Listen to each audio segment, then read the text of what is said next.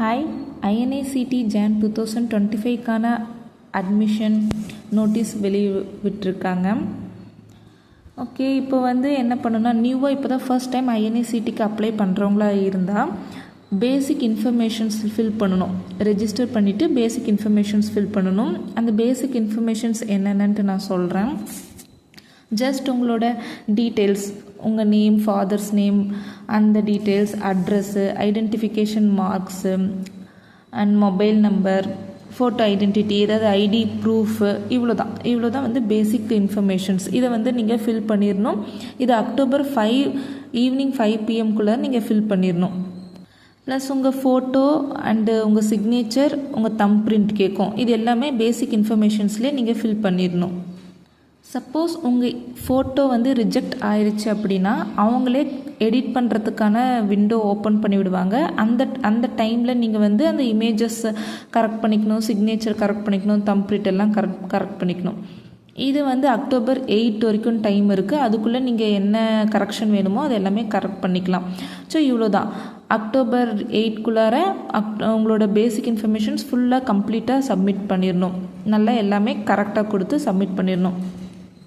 And then இப்போது already register பண்ணவங்களா இருந்தாலும் சரி, அதாவது போன இயர் எக்ஸாம்ஸ்க்குலாம் ரெஜிஸ்டர் பண்ணவங்களா இருந்தாலும் சரி, நியூவாக ரெஜிஸ்டர் பண்ணிட்டு இருக்கிறவங்களா இருந்தாலும் சரி, அவங்களுக்கு எல்லாருக்குமே EUC கோட் ஜென்ரேட் ஆகும்.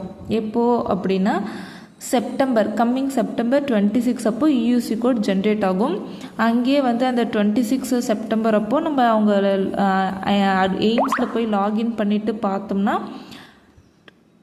சைடில் ஜென்ரேட் EUC கோட் அப்படின்னு கொடுப்பாங்க. அதை நம்ம கிளிக் பண்ணோம்னா நமக்கு EUC கோட் ஜென்ரேட் ஆகும். அந்த கோட் ஜென்ரேட் ஆனதுக்கப்புறம் என்னென்ன சர்டிஃபிகேட்ஸ்லாம் கேட்குறாங்களோ அதெல்லாம் அப்லோட் பண்ணிவிட்டு பேமெண்ட் பண்ணிட்டோம்னா INACT அப்ளிகேஷன் ஃபுல்லாக முடிஞ்சிச்சு.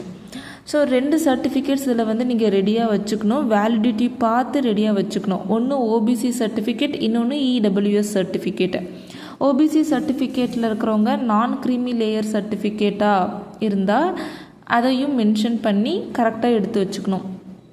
Date validity date September 26 okay, validity date April 1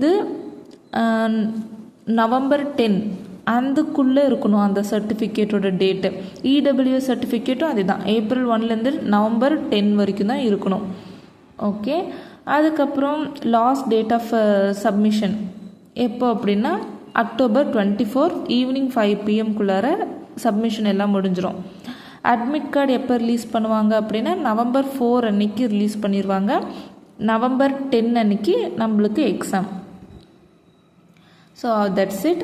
மற்ற டீட்டெயில்ஸ் என்னென்ன சர்டிஃபிகேட்ஸ் அப்லோட் பண்ணணும் அதெல்லாம் நான் EUC கோட் ஜென்ரேட் ஆன அன்னைக்கு நெக்ஸ்ட் வீடியோவில் சொல்கிறேன். பாய்.